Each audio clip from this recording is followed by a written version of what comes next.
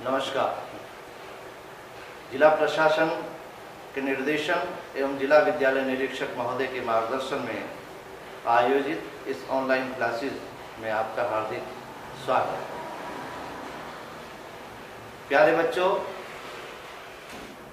Lockdown भले ही समाप्त हो जाए, लेकिन आपको जो बातें बताई गई हैं, निरंतर मास्क का प्रयोग करें, सामाजिक दूरी बनाए रखिए और हाथ धोने की जो आपकी प्रवृत्ति है वो हमेशा बनी रहे।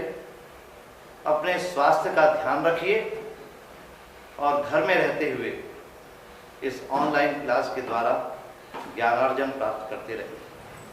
मैं डॉक्टर चंद्रमोहन शर्मा, प्रवक्ता संस्कृत, जवाहरलाल नेहरू स्मृति इंटर कॉलेज रवापुरी सठेड़ी।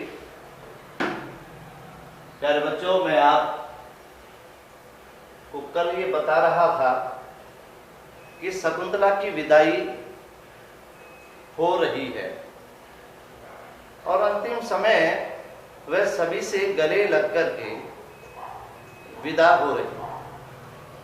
अपने पिता कर्ण से भी गले लग करके वह कहती है, हे पिताजी, आप दुखी मत होइए। जैसा स्वाभाविक रूप से बिटिया जब विदा होती है अपने पिता की चिंता करते हुए कहती है, तुम्हें चिंता नहीं करनी, तुम्हें दुखी नहीं होना। तो कर्ण ऋषि कहते हैं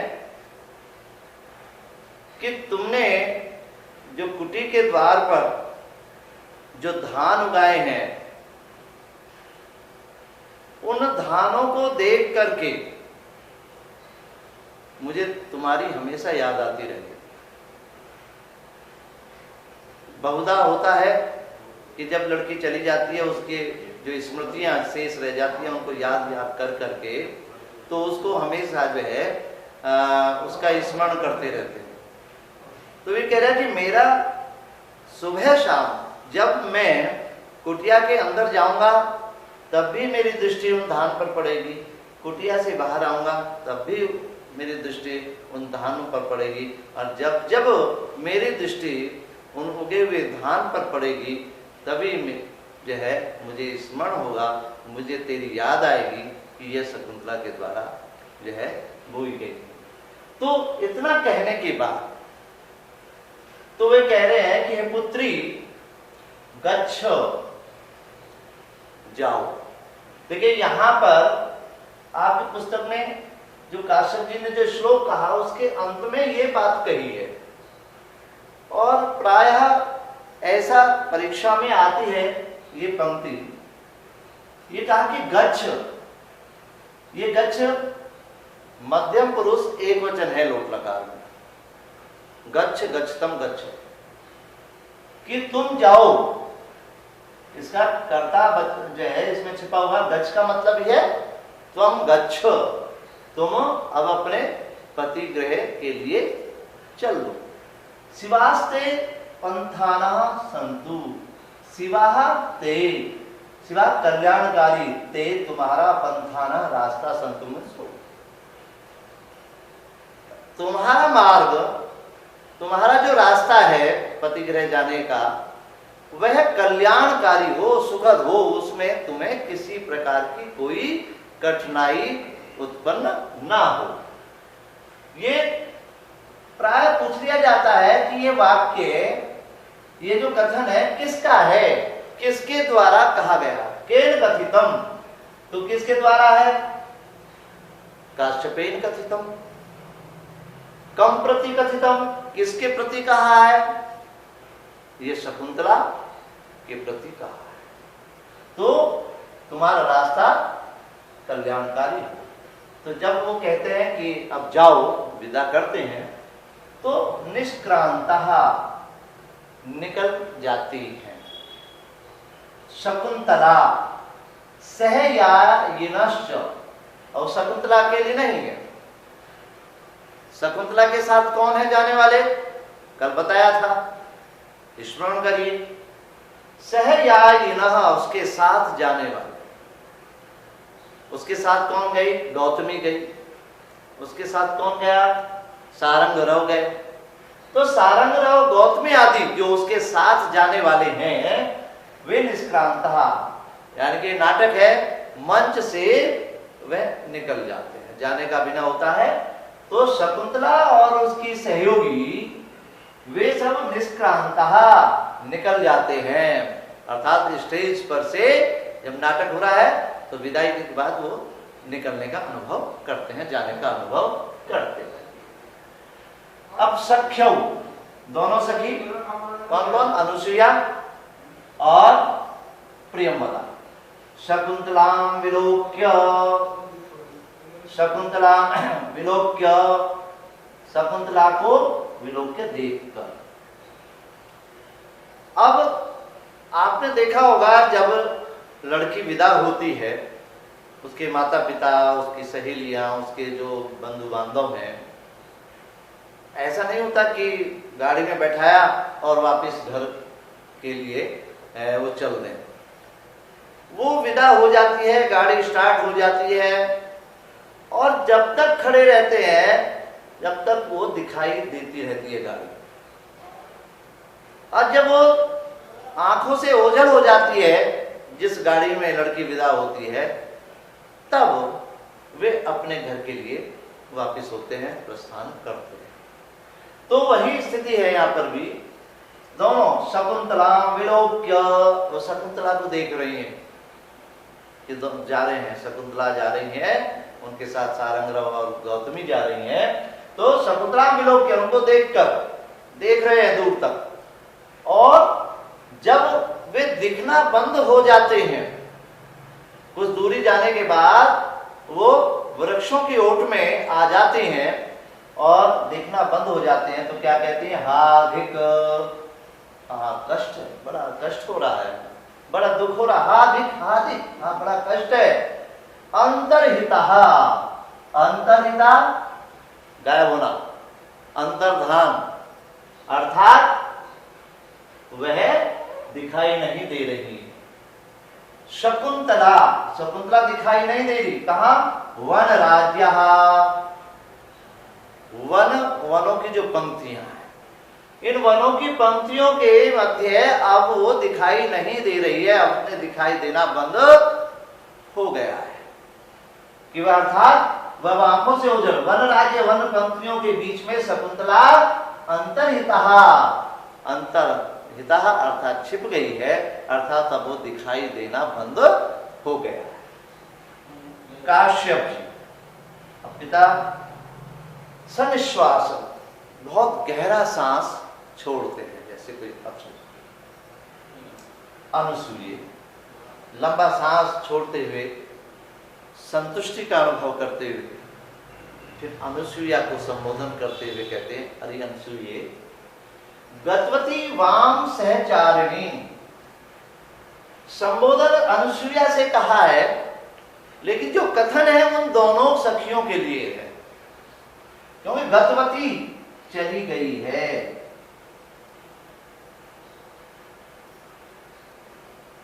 वाम, यह वाम क्या है? युष्मद शब्द का षष्ठी विभक्ति द्विवचन। तव तव ते युवयो वाम, युवयो अर्थात तुम दोनों की जो सहचारिणी है, जो साथ विचरण करने वाली जो सहेली, तुम दोनों की जो सहेली है वो गतवती, वो तो चली गई, आप क्यों खड़ी हैं यहां पर, चलो वापस। ये अनुसूये, तुम्हारी जो सहेली है वो जा चुकी है, अब तुम्हारा यहाँ खड़े होने का कोई लाभ नहीं है, अपने जो है आश्रम में चलिए। तो कह रहे निगृह्य शोकम अनुगच्छतम माम प्रस्थितम, माम अनुगच्छतः गच्छत, मेरा अनुकरण करो, मेरे पीछे पीछे आओ। अब बाकी इसके मैं कैसा हो गया हूं, कैसा हुआ? शोकम निगृह्य, जिसने शोक को नियंत्रित कर लिया है, कष्ट को नियंत्रित। देखिए मैंने तो विदा कर दिया शकुंतला को, बिटिया को, और मेरा जो है जो शोक है मैंने उसको नियंत्रित कर लिया है, अब मैं दुखी नहीं हूं, मैंने दुख को अपने कंट्रोल में कर लिया है, अपने वश में कर लिया है। तो ऐसे जिसने शोक को नियंत्रित कर लिया है, ऐसे माम मेरा प्रस्थितम, यानी कि मेरे पीछे पीछे आई। कि मम प्रस्थितम, मम प्रस्थितम कैसा, मैं कैसा हूं, प्रस्थितम चल दिया हूं। कहां चले हैं, इसमें छिपा हुआ कहां चले, अपने आश्रम के प्रति। तो व्यर्थक गमनार्थक में द्वितीय विभक्ति आई है, माम आया कि मेरा अनुकरण करो, कि शोक को नियंत्रित करने वाले, आश्रम की तरफ चलने वाले मेरा तुम दोनों अनुकरण कर दो, अर्थात मेरे पीछे पीछे आओ। दोनों, उभे, दोनों से क्या, शकुंतला। इसको बार बार याद होना चाहिए उभे किसके लिए आया है। और इस तरीके से अगर आप बार बार इसका स्मरण करेंगे पढ़ते समय, तो निश्चित रूप से ये कथन किसका है, किसके प्रति कहा है, वो आपको भली बात याद रहेगा। तात हे पिता शकुंतला विरहितम शून्यमेव तपोवनम कथम प्राविशावः। जब शकुंतला जो कहते हैं कि तपोवन में आओ, तो तपोवन की ओर मुख करके वो खड़ी हो जाती हैं दोनों, और कहते हैं कि शकुंतला विरहितम, अब जो हमारा जो तपोवन है वो शकुंतला से रहित हो गया है, अब शकुंतला नहीं है। तो ये कैसा है, शून्यम युग, ये शून्य सा हो गया, खाली खाली सा हो गया है। ये तपोवन खाली खाली सा। आप देखा होगा कि जब पुत्री या कन्या विदा हो जाती है, तो कई दिन तक जो घर है वो बड़ा बड़ा सूना सूना लगता है, उनके भाइयों को, बहनों को, उनकी माता को। क्यों, जो 2 दिन पहले जो भाई बहन लड़ते थे, जो 2 दिन पहले वह फुदकती रहती थी, पिता से कुछ कहना, माँ से कुछ कहना, इस प्रकार हास परिहास में जो पूरे घर को एक तरीके से मनोरंजन घर का करती रहती थी, वह आज विदा हो गई है। तो विदा होने के बाद खाली खाली सा लगता है। और वैसे भी ये स्वाभाविक प्रक्रिया है कि जब हम किसी के साथ कुछ दिन एक साथ रह लेते हैं, मित्रता के रूप में हम आपस में रहते हैं, मिलकर के रहते हैं, और जब हम एक दूसरे से अलग होते हैं तो बड़ा अलग अजीब सा लगता है। तो इसको पूरा है, शकुंतला विरहितम शून्यमेव तपोवनम कथम प्राविशावः। ये तपोवन शकुंतला के बिना सूना सूना लग रहा है, हम दोनों इसमें किस प्रकार प्रवेश करें, इसमें कैसे हम अपने जो है कदम रखें। ये तो कश्यप जी कहते हैं, स्नेह प्रवृत्ति एवं दर्शनी, कि तुम जो ये कह रही हो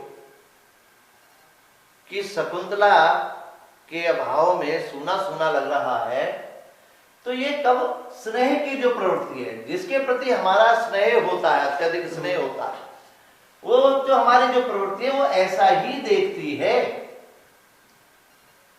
और यही तुम्हारे साथ हो रहा है। क्योंकि शकुंतला तुमसे प्रथम बार तुमसे विलग हो रही है, और उसके अभाव में ये जो तुम्हें तपोवन है वो कैसा लग रहा है, सुना सुना लग रहा है। तो ये केवल स्नेह के कारण ही ऐसा देखने को मिलता है। सविमर्शम परिक्रम्य, सविमर्श बड़ी गंभीरतापूर्व विचार करके, सोच से में पड़ जाते हैं, गंभीरतापूर्ण विचार करके परिक्रम्य, स्टेज पर वो घूमते हैं, परिक्रम्य यानी कि घूम कर, क्या कहते हैं, हंत हो, बड़ा लंबा सांस लेकर के हंत। अरे शकुंतला पतिकुलम विसृज्य लब्धम इदानीं स्वास्थ्यम। अरे शकुंतला को पतिकुल विसृज्य, ल्यप विउपसर्ग है, सृज धातु है, ल्यप प्रत्यय है। इसका मतलब है विसृज का भेजना, ल्यप प्रत्यय भेज कर। शकुंतला को पतिकुल में भेजकर, पति के पास भेजकर, लब्धम, लब धातु है और इक्ता प्रत्यय, लब्धम प्राप्त कर लिया है, इदानीं इस समय, स्वास्थ्यम स्वास्थ्य, कि इस समय मैं स्वस्थ स्वास्थ्य को प्राप्त कर लिया। अर्थात स्वास्थ्य का मतलब यहां पर यह नहीं है कि वो बीमार थे, अर्थात उन्होंने मानसिक शांति प्राप्त कर ली है। जब जवान लड़की हो जाती है तो पिता को केवल एक ही चिंता रहती है कि इसके योग्य वर, इसके गुणों के अनुरूप, इसकी विशेषताओं के अनुरूप इसे एक अच्छा वर मिल जाए, और यही उसकी मानसिक, यही बीमारी है। और जब वह अपनी पुत्री को एक अच्छे योग्य वर को सौंप देता है, तब उसकी जो मानसिक शांति उसे प्राप्त होती है। कुतः यहां उत्तर आगे यही बात बताने जा रहे हैं, क्यों उन्होंने मानसिक शांति प्राप्त कर ली है, क्यों मैं स्वस्थ हो गया हूं। अर्थो हि कन्या परकीयैव तामद्य संप्रेष्य परिग्रहीतु जातो ममायं विशुतः प्रकामं प्रत्यापितन्यासैवान्तरात्मा। कि अर्थो ही कन्या परकीय, कन्या जो है परकीय एव, पराया अर्थ कहते हैं धन, पराया धन होती है। इन्होंने अब कहा कि मम अयम अंतरात्मा, मेरी यह अंतरात्मा विशुद्धः प्रकामम विशुद्धः, अत्यधिक प्रकाम अत्यधिक विशुद्धः में शांति को प्राप्त हो गई है। मेरी जो अंतरात्मा वो प्रसन्न है। किसके समान प्रसन्न है? प्रत्यार्पितन्यास इव, इव कहते हैं समान, जैसी। और प्रत्यार्पितन्यास कहते हैं कि वह व्यक्ति जिसके पास किसी की धरोहर हो और उस धरोहर को वह अपने प्राणपण से भी रक्षा करता है, और जब वह सही सलामत उस व्यक्ति को उसकी धरोहर सौंप देता है, तो जितने उसको प्रसन्नता होती है, ऐसे ही उस धरोहर रखने वाले व्यक्ति को के समान, यानी कि मैंने शकुंतला को भी, जो जिसकी धरोहर थी, दुष्यंत की धरोहर थी, उसको भेज करके मुझे भी वही प्रसन्नता हो रही है जैसे एक धरोहर को रखने वाला व्यक्ति उस धरोहर वाले व्यक्ति को वापस करने पर उसको प्रसन्नता होती है। कह रहे अब मैंने क्या करा? तामज्य संप्रेष्य परिग्रहीतु, ऐसे शकुंतला को, ताम उस शकुंतला को अद्य आज संप्रेष्य भेजकर, कहा? पति गृह, यहां पति गृह शब्द नहीं आया, लेकिन कहा उसके लिए भेजकर, कहां भेजा है? पति घर, अपने ससुराल में भेजकर, हाँ भेजकर किसको? परिग्रहीतु, यहां आ गया है शब्द परिग्रहीतु, जिसने उसका पाणी ग्रहण किया है, जिसने उसका विवाह किया है, उससे पाणी ग्रहण करने वाले व्यक्ति के पास भेजकर, अर्थात दुष्यंत के पास भेजकर, आज जातो माया विस्ता प्रकाम, आज मुझे बहुत अत्यधिक प्रसन्नता हुई है। ठीक उसी प्रकार प्रसन्नता हुई है कि जैसे एक व्यक्ति जिसके पास किसी की धरोहर होती है, उस धरोहर को वह ठीक ठाक उसी प्रकार जैसे उसे प्राप्त हुई थी, उस संबंधित व्यक्ति को, धरोहर के स्वामी को सौंप करके होती। देखिए प्यारे बच्चों, ये जो कन्या है, ये वास्तव में एक धरोहर स्वरूप होती है। मैं ये नहीं कह रहा कि कन्या और पुत्र में अंतर, बिल्कुल अंतर नहीं है।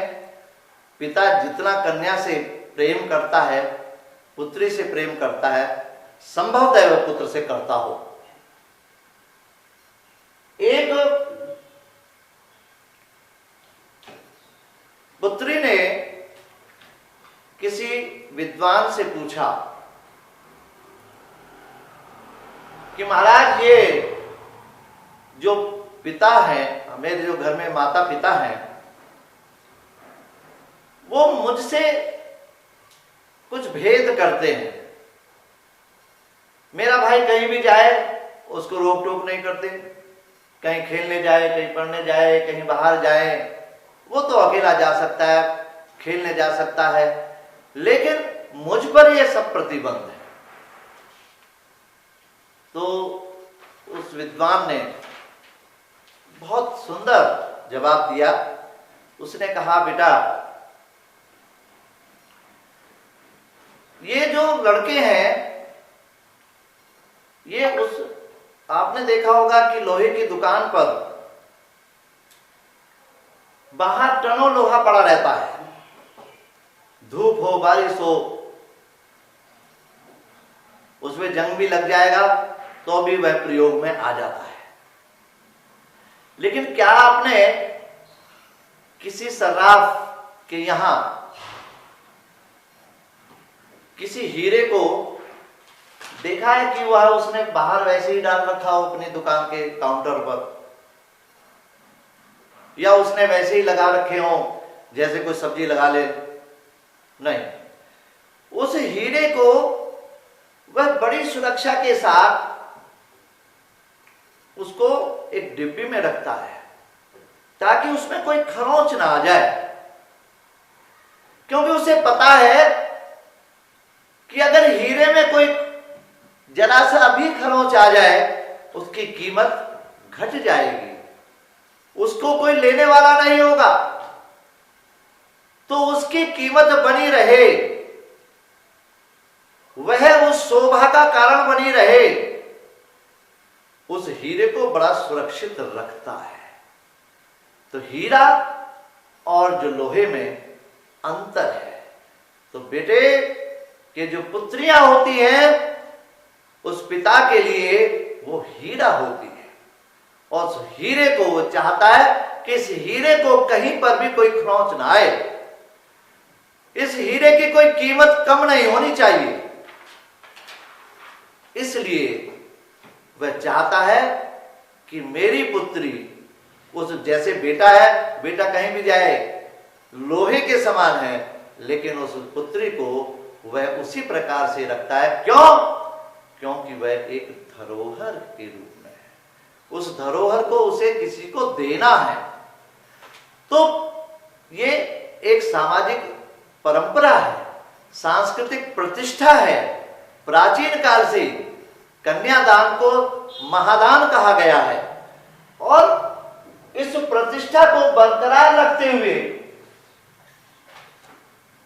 एक गृहस्थ पिता की तरह कर्ण ऋषि ने भी उस शकुंतला का लालन पोषण किया, उसकी हर प्रकार से रक्षा की। जैसे गृहस्थी पिता होता है, उसके कौमार्य की, उसके हर प्रकार से गुणों की हर रक्षा करता है, और समय आने पर वह एक अच्छे योग्य वर को वह सौंप करके उसे बड़ी प्रसन्नता होती है, अपने आप को धन्य धन्य मानता है। क्योंकि पिता का सबसे बड़ा यही स्वप्न होता है कि पुत्री उसकी जो है वो खुश रहे, प्रसन्न रहे, और यही मान करके जो है उस कन्या को दान को महादान कह करके इसकी प्रतिष्ठा को बढ़ाया गया है। तो इस प्रकार यहां पर भी कन्या को पराया धन कहा गया। प्यारे बच्चों, यह जो श्लोक है ये सूक्ति की दृष्टि से भी बहुत ही महत्वपूर्ण है, और ये जो अर्थों ही कन्या पर की है, यह हर दूसरे तीसरे वर्ष आया भी करता है। इसकी जो है सूक्ति संदर्भ सहित, संदर्भ वही है जो मैंने पिछले श्लोकों का बताया है, और इसमें भी यही है कि इसमें कन्या को पराया धन मानते हुए और उसके एक योग्य वर को सौंप करके पिता किस प्रकार खुशी होता है उसका वर्णन इसमें किया गया है। तो इस श्लोक में इंद्र वज्र छंद है और उत्प्रेक्षा अलंकार है। इसके बाद निष्क्रांतो निष्क्रांतः सर्वे, जो स्टेज पर मंच पर सभी लोग वो निकल जाते हैं और इस नाटक की समाप्ति हो जाती है, सॉरी चतुर्थ अंक की समाप्ति हो जाती है। प्यारे बच्चों, आपने देखा इस चतुर्थ अंक में इस कालिदासस्य सर्वस्वम कहा भी है, कालिदासस्य सर्वस्वम अभिज्ञान शाकुंतलम, और तत्रापि चतुर्थो अंक कहा तत्र श्लोक चातुष्टयम। इस चौथा जो अंक है ये कालिदास का सर्वस्व है, इसमें है जो उनकी काव्य कला कौशल है वो सारा इसमें दिखाई देता है। इस चौथे अंक में कालिदास ने, आपने देखा होगा कि प्रकृति का जितना मानवीयकरण चित्रण, रम्य चित्रण इसमें किया है, और शकुंतला की जो विदाई, जितना गृहस्थ जीवन में विदा के समय जो करुणामयी स्थिति होती है उससे कहीं ज्यादा इस चतुर्थ अंक में वनवासियों के द्वारा पुत्री की विदाई के समय चित्रण किया गया है। इतना अद्वितीय और कहीं सुंदर वर्णन मिलने में आपको जो है पूरे संस्कृत साहित्य में देखने को नहीं मिलता। इसलिए कहा गया है काव्येषु नाटकम रम्यम तत्र रम्या शकुंतला, काव्यों में नाटक सुंदर है और उस नाटकों में भी अभिज्ञान शाकुंतलम, अभिज्ञान शाकुंतल में भी चतुर्थो अंक कहा, और तत्र श्लोक चातुष्टयम, उसमें भी जो बीच में 4 श्लोक आए थे बीच में वह। तो इस प्रकार आपका ये चतुर्थ अंक समाप्त होता है।